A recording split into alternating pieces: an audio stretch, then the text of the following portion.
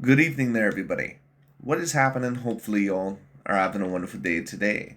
So, when it comes down to it, I thought, of course, that I would talk about this video that I found to be very particularly interesting. And, of course, for those of you that have been around my channel long enough, you know that my channel is mainly that of a breakdown slash reaction channel where I like to review, especially a lot of videos from that of DontaesBoxingNation, Boxing Ego. But keep in mind overall that you're going to hear me talk probably throughout the video 75% of the time because, a certain amount of people or a couple people ask me, your intros are a little bit long. Well, and of course I could shorten them a little bit, but they are mainly supposed to be because, like I stated overall, once again, I'm trying to break things down. But anyways, when it comes down to it overall, I thought that I would review this little video because Dante, once again, is going to try to use certain tactics in order to strip away credit overall from the win of that of Ryan Garcia, and overall, once again, make excuses as to why Devin Haney ended up losing this fight in such a bad fashion. Now, once again, don't get it wrong. I do believe that the weight overall by that of Ryan Garcia, I do believe that it was a slight mental edge for him, and overall was, somewhat of of a physical edge, at least to a certain degree. But I just don't think that it was to the point overall, once again, where we can state that, that's the main reason why Ryan Garcia won the fight. I just don't think overall that that can be the main reason because, once again, if we were going to state that, you would have to state either one of two things. You would have to debate overall that Ryan Garcia clearly had the better energy throughout the fight and was, overall a person that was nowhere near as drained. And I'm not quite sure if I can allege that. Of course, he was less drained than what Devin Haney was. But at the end of the day, Ryan Garcia, you could also clearly tell that he did not have the most elite conditioning in this fight. He was breathing very heavily and fighting on the back foot throughout a big part of this fight. So any advantage that Ryan Garcia had in terms of that 3 pound, in my view, it pretty much almost cancels it out because Ryan Garcia really was not at an elite point of conditioning. Now, I'm not stating that it was bad necessarily, but it definitely wasn't as great overall as what I've seen from him in other fights. So that's why, in my view, that's a factor that Dante and a lot of these guys that they're not talking about. And then B, we would have to talk about possibly Devin Haney once again potentially being smaller than Ryan Garcia or Ryan Garcia being a weight bully. And I don't think that we can state that that's the case because I've heard multiple rumors. Now, once again, they didn't come out with their official fight night weight, I believe. But we all know that Devin Haney in his last fight rehydrated to over a welterweight class, that he rehydrated overall to 165 pounds. So I highly doubt that Ryan Garcia was heavier, at least decently heavier than Devin Haney. In fact, if I had to bet on it, more than likely Devin Haney would have been heavier overall than that of of Ryan Garcia on that fight night. But you're gonna notice some of the tactics that Dante's Boxing Nation likes to use within this video. And he's also going to tell you that the reason why he does these videos is to keep you informed. This is also why I like to review certain videos by Dante, to also keep people informed, because Dante tries to parade around that he likes to keep people informed. What Dante likes to do is to keep people informed about his agenda. He's not really about the honest truth. He's not really about logic nor objectivity. That's not what he's about. But what Dante, once again, what he's going to try to do for this tactic is that he's going to try to basically state that, Ryan Garcia, when it came down to, he had this clear advantage, and it was still somewhat competitive because a lot of people scored this fight a draw. That's basically overall what Dante is going to try to tell you. But anyways, let's get into it. Let's see what Dante has to say.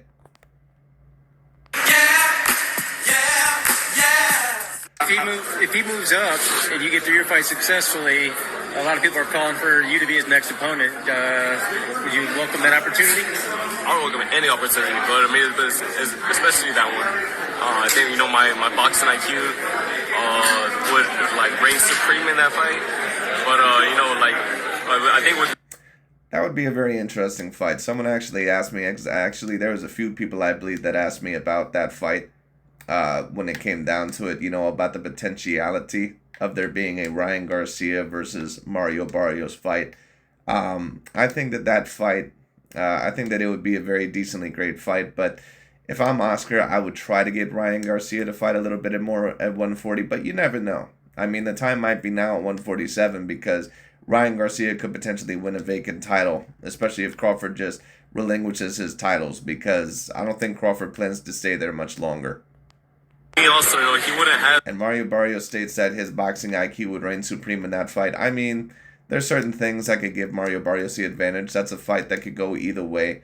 But I don't really think that Mario Barrios is a guy with super, super high fight IQ.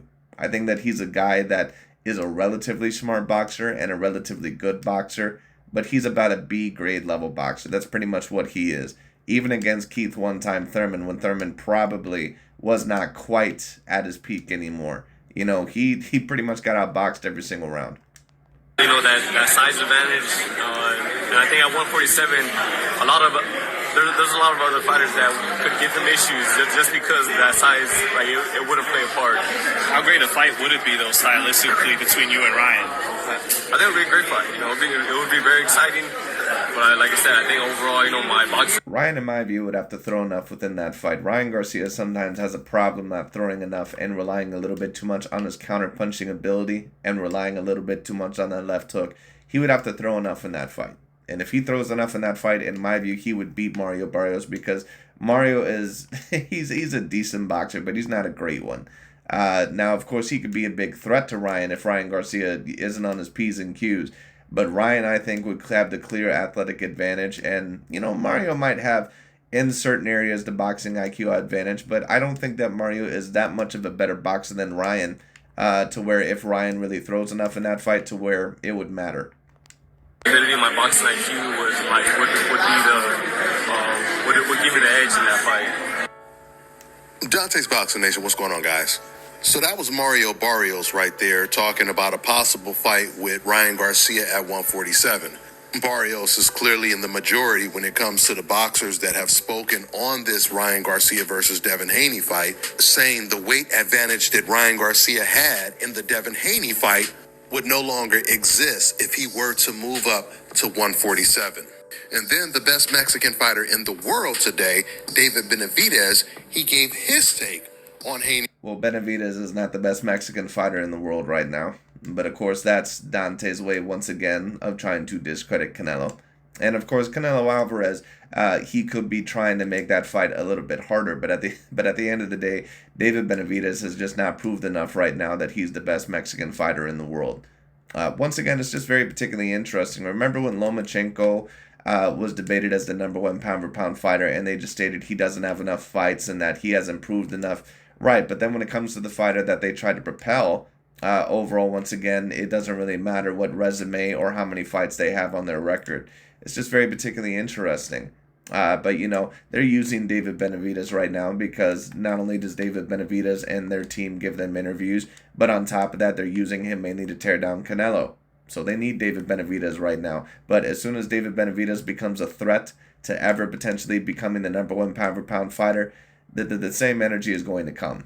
Because Dante, once again, has already revealed in the past, he did it in a video not too long ago that I reviewed, where he was talking about, this situation about, what if these fighters are in the same ring with Canelo? Like Devin Haney and Shakur and Gervonta Tank Davis, he'd lose to all of them. His best chance would be to defeat David Benavidez, and I don't even know if he can defeat David Benavidez. What was Dante's Boxing Nation stating there? That in terms of skills, he doesn't believe that David Benavidez is a top 10 potential pound-for-pound fighter. He believes that he's a fighter, overall, once again, that is winning some of these fights because of his size, and that if he faces that of Beterbiev, that more than likely he's going to lose. That's a big part of the reason why they feel so comfortable, once again, promoting David Benavidez, because they know that more than likely later on down the line, at least if he faces true top 10 pound-for-pound talent of his own same size, then more than likely he's probably not going to be a major threat. That's overall, once again, why they're so comfortable overall promoting David Benavidez or Josh Taylor or other fighters of that ilk, because they know damn well that those fighters are not going to be a major threat to the top 5 pound-for-pound. Versus Garcia. And what he said actually surprised me. I didn't expect him to be this honest. Not to say that he's a dishonest person, but I thought that he would be a little bit biased because of the pressure of the racist Mexican fans. They would obviously expect him to stay on code. But David, he didn't. He said, I think Ryan looked like the bigger man that day. And I think overall, the antics that Ryan Garcia was doing through training camp, I didn't think he was going to look like that. I thought he was messing around throughout his entire training camp. And then David Benavidez, he says this. Those 3 pounds really help a lot, especially when there was no rehydration clause. He definitely... And I somewhat agree overall that the final 3 pounds, or the 3 pounds, that they definitely do make a difference. Once again, had this been under regular circumstances. This was not under regular circumstances.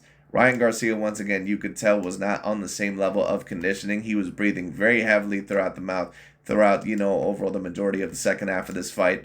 And at the end of the day, once again, there's only so much excuses I can give you. When this was looked at against a fighter that makes a lot of amateurish mistakes, still did make a lot of amateurish mistakes within this fight, against that of Devin Haney. Haney is supposed to be, as Dante called him, a Michael Jordan of the sport. And Devin Haney pretty much got dominated, at least throughout the second half of this fight. So I'm sorry, but there's only so much excuses I can give you. Because remember when Canelo fought Dimitri Bivol, and, he was fighting a guy that was bigger than him, and what did Dante and Aki TV state? They said that, oh, well, it wasn't the size and this, it was skills that paid the bills, right? But then when it comes to this situation, overall, once again, it had nothing to do overall, or, the standards completely changed. All of a sudden it's about the weight. And I understand that Ryan Garcia missed weight, that Bivol, of course, was at his regular 175.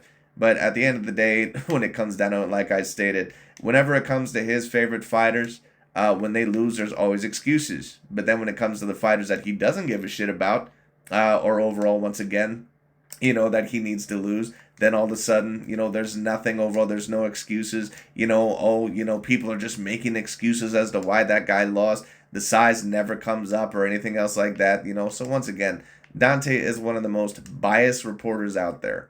All right, he tries to tell you this shit about how he tells the truth and all sort of stuff. Dante tells his truth. Was heavier. Okay, so like I said before, what David Benavidez just said is completely corroborated. And once again, Devin Haney was a dude overall who rehydrates in the 160s. So once again, to state overall that Ryan Garcia was clearly heavier, I mean, Ryan Garcia would have had to been in the 170s then for this fight. So I'm sorry, I'm just not buying it. By at least the majority of the pro boxing community. How come the majority of professional boxers are not saying the same things that a lot of Mexican fans and some other fans are saying on the internet? It's because when professional boxers say it, they don't have a hidden agenda. And they also have a face and a name, which means if they say something... Well, maybe DontaesBoxingNation, maybe they're trying to appease to the race fans. Maybe they're trying to appease to the African American or black fans.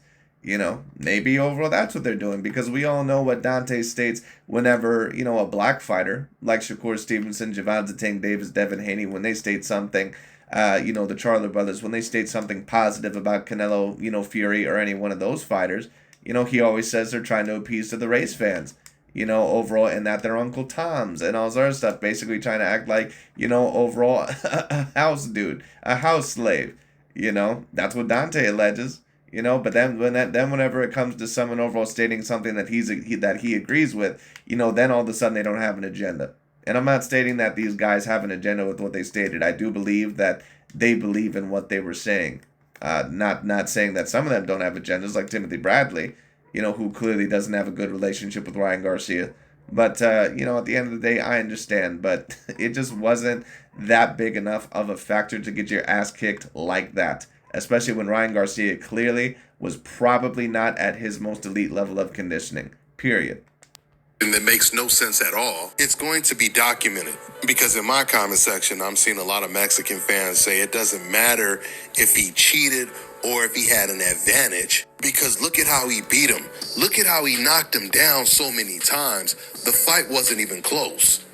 It's as if they're saying, if you're going to cheat, or if you're going to do something to deliberately have an advantage. And Dante keeps stating this, he keeps stating the word cheat, because basically what he's trying to get within your head is that this was not a legitimate win. That's what he's basically trying to state. And he does this every time one of his favorite fighters loses. All right, whether it be Devin Haney, whether it be Deontay Wilder, whether it be someone else, this is always what ends up happening. All you have to do is make sure the fight is not even competitive.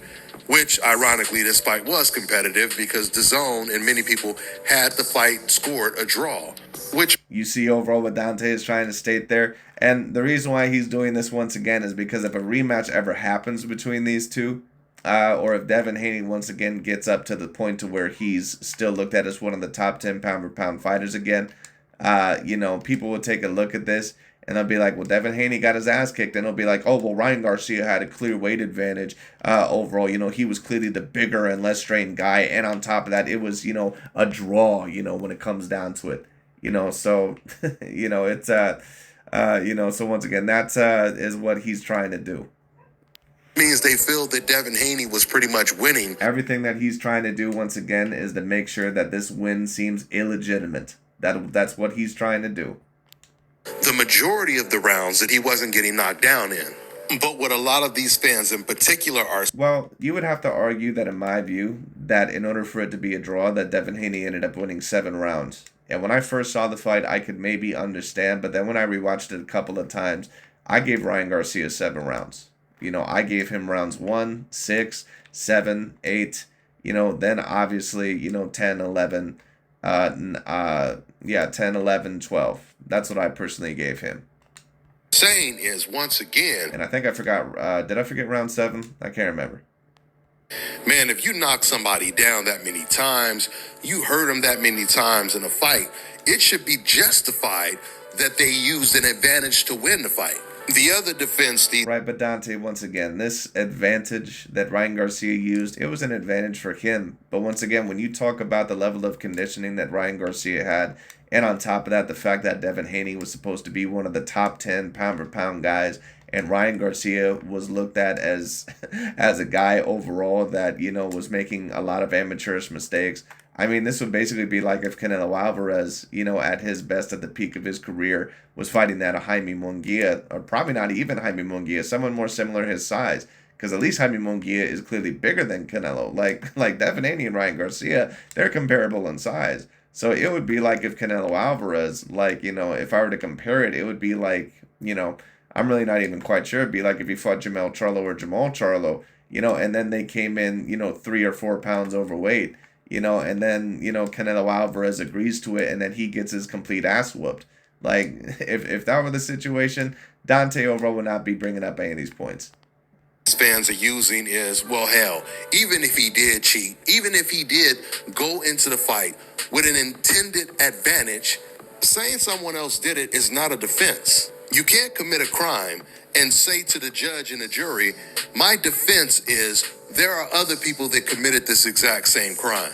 Something else. Right, but that's not really the question. The question overall is how much of an advantage was it really? And to be quite honest with you, it really wasn't such a massive advantage, especially when you count in Ryan Garcia's conditioning to the point to where it was enough to matter to that degree. So I'm hearing these same fans say in my comment section, which, by the way, I asked one of my Mexican viewers. Like, to me, what this is like, what this is overall almost like it's almost like when a football team or an NBA basketball team, when they end up losing and they blame overall the loss on one foul call, or they blame the loss overall on one player that really isn't even super duper impactful, and the reason why they ended up losing because one role player ended up beating out, if it had any impact, that's pretty much about the same level of impact that it ended up having. I'm sorry, it just is what it is. In my comment section, this question, he never answered the question, so I'm going to ask you guys. Since some of you guys are saying, hey, man, well, Devin Haney, he still agreed to fight against Ryan Garcia, so Haney, he can't say anything. So here's my question. If someone challenged you to a race, you ask them for a head start in the race, and you win the race, even though he agreed to giving you a head start, did you have an advantage? That is a rhetorical question. Right, but a race is a completely different type of sport and a completely different type of situation than that overall, once again, of boxing. When you talk about boxing, there's a multitude of factors. Racing is pretty much where I'm not going to state that you only do one thing. Of course, I don't know much about racing, but we all know pretty much what it entails. Who pretty much is the fastest when it comes down to it, and who has the best running form, who is able overall, once again, to have the best acceleration and keep it. But at the end of the day, boxing, there's so many different ways to beat your opponent. There's so many different things that you can do, different plans, different strategies. All right, different factors: speed, power, reach, length, excuse me, experience, and all that other stuff. So once again, Devin Haney was supposed to be the way better fighter in this fight, and he wasn't. Now, something else, and I'm only talking to my Mexican viewers right now, because I notice whenever I report news on something someone who's not black says about this fight, like, for example, Teddy Atlas, Mario Barrios, David Benavidez, or many of the other non-black professional boxers that have said that Ryan Garcia, he won this fight with an advantage. I notice whenever I report what they say, they start dissing the entire black race, completely ignoring the fact that the report is about what Teddy Atlas and Tim Bradley said. But they ignore the fact that Teddy Atlas, he agreed with Tim Bradley, and then they only diss Tim Bradley and the black race. So now I'm going to ask you same fans that do this. Now that David Benavidez and Mario Barrios are saying the same things that Tim Bradley said, that Teddy Atlas said, I want you guys to give me your thoughts on what you think about David Benavidez and Mario Barrios saying this. Just like you guys were very passionate on sharing your thoughts about Tim Bradley when you heard what he said about this fight between Haney and Garcia. It's just so amazing how hypocritical these race fans are, because Well, first of all, Dante, once again, Dante is the biggest example of the pot calling the kettle black that I've personally ever seen. Not only is he extremely hypocritical, but he's a dude that is one of the biggest race fans, if not the biggest race fan out there. Single time a black American fighter wins. And isn't it very interesting, once again, overall, how with Lomachenko being at 35 years old against Devin Haney, he wasn't an alleged grandpa, but with Floyd Mayweather against Canelo, Floyd was this grandpa nowhere near his prime or peak. That's what he tries to allege. But Lomachenko, we got one of the best versions of Lomachenko in that fight. And there also was no mention about Haney being clearly bigger overall in that fight. Once again, it just, now, once again, of course, Devin Haney ended up making weight for that fight. But, it always just, it always just amazes me how Dante is willing to bring in, overall the weight excuse at his convenience. When it came to Wilder versus Fury. And, of course, that was a part of, the troubles Wilder had against Fury. It's not overall, the complete reason why he lost to Fury. But it's just interesting overall what points Dante will bring up or omit, depending on, which fighters, it's about and, who ends up winning and who ends up losing. Fight, especially when it's against someone who's not black. These same race fans is now saying no excuses, no excuses. They're the ones that make every excuse in the book. For why? Well, I agree, Dante, but you do the same exact thing. If we're also going to go there, if Ryan Garcia is such this massive 140-pounder, or this massive guy that really can't even make 140, then why should we count the win that Gervonta Tank Davis got over Ryan Garcia if we're going to go that route? The black American fighter won the fight. When there was, once again, if Canelo was fighting David Benavidez or someone else at a catchweight, we all know that Dante overall would tear Canelo Alvarez a new ass. All right, we all know that would happen. So once again, even if it was like at 175 or something like that, when it came down to it, we all know that DontaesBoxingNation would tear Canelo Alvarez a new ass, or some of these other fighters a new ass. All right, so once again, how come those same standards were not for Gervonta Tank Davis? Canelo got criticism for putting a rehydration clause on Danny Jacobs. But it's just interesting. There's no controversy involved at all. Like Mayweather fighting Canelo. Mayweather versus Oscar De La Hoya. Mayweather versus Manny Pacquiao. If you guys think I'm making this up right now, go ask 10 random Mexican fans right now, why did Floyd Mayweather beat Canelo Alvarez? And I guarantee you they will all give you the same answer. Well, maybe we should use a weight excuse, Dante. Maybe we should state because Canelo Alvarez was drained 2 extra pounds. Because it wasn't held at the 154 pounds. It was held at, I believe, 152. Canelo was forced to lose 2 more pounds. So clearly, Mayweather overall was, the better opponent overall in that fight because, once again, he was more hydrated. But Dante's, he knows enough for that fight that's not the main reason why Canelo Alvarez lost that fight. So once again, it's just interesting, how he pulls it up at his convenience. And none of them will say it's because Mayweather was just clearly better than him. I can guarantee you not one of them will say, because it's interesting, because with Canelo, when he fought Austin Trout, there was no weight drain. You know, Canelo Alvarez overall, of course, he was allowed to rehydrate at whatever weight that he wanted to. But, you know, once again, those 2 extra pounds, they're really important. And I do agree that every pound you lose in boxing or in a fight, that it definitely matters, that it's important. I understand. But it's just interesting how for the Ryan Garcia Gervonta Tank Davis fight, the weight isn't even mentioned. And then when it comes to Canelo versus Mayweather, the weight's not even mentioned. You know, but then when it comes to this fight, all of a sudden it's this major advantage. Like, come on. Canelo Alvarez, he can't make any excuses because he accepted the fight.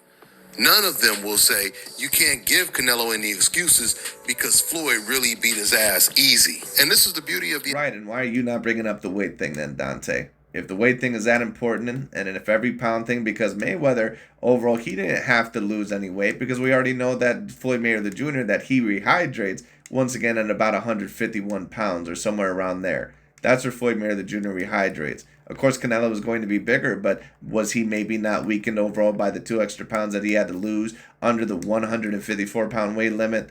Does Dante mention anything about that? No, of course not, because Dante knows overall that realistically that Canelo didn't lose that fight mainly because of that. And Devin Haney didn't mainly lose this fight because of that either. Internet.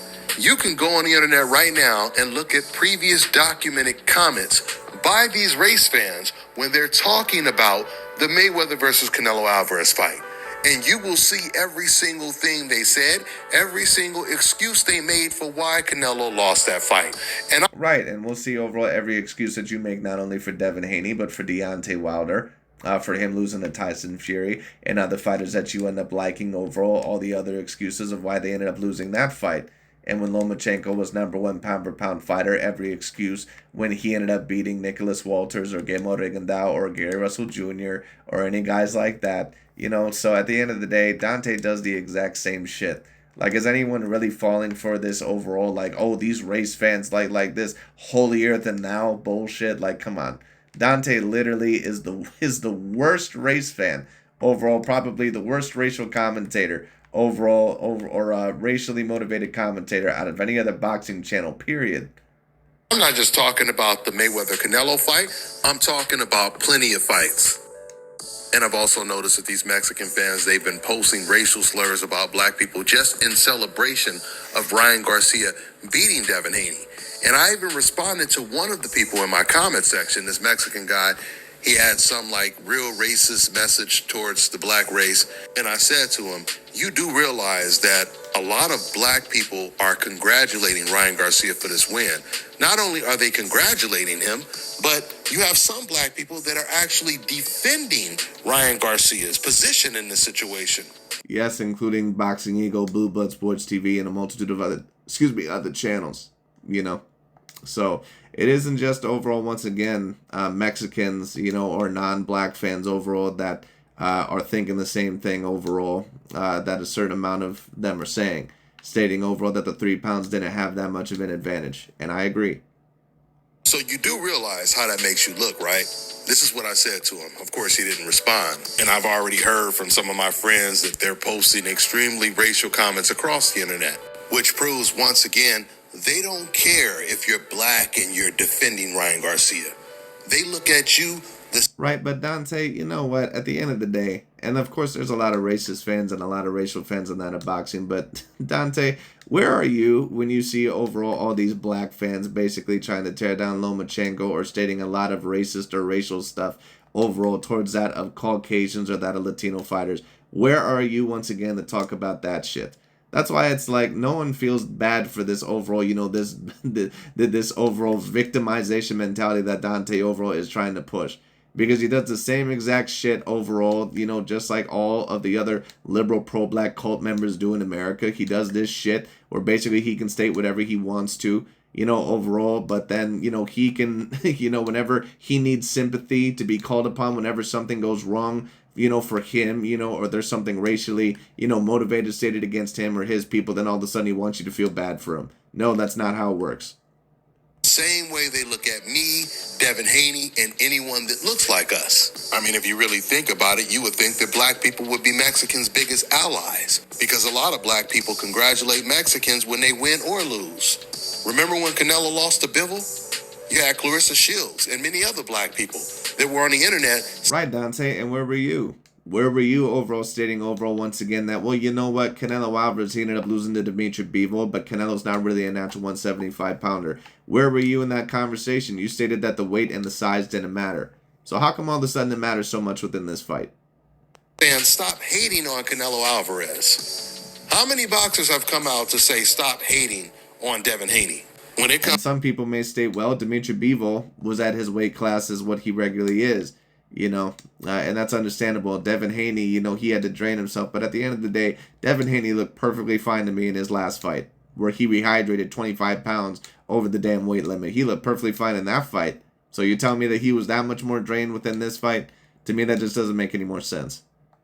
To these Mexican race fans, they don't care if a black fighter wins and is justified. They don't care if it's the biggest, most impressive win.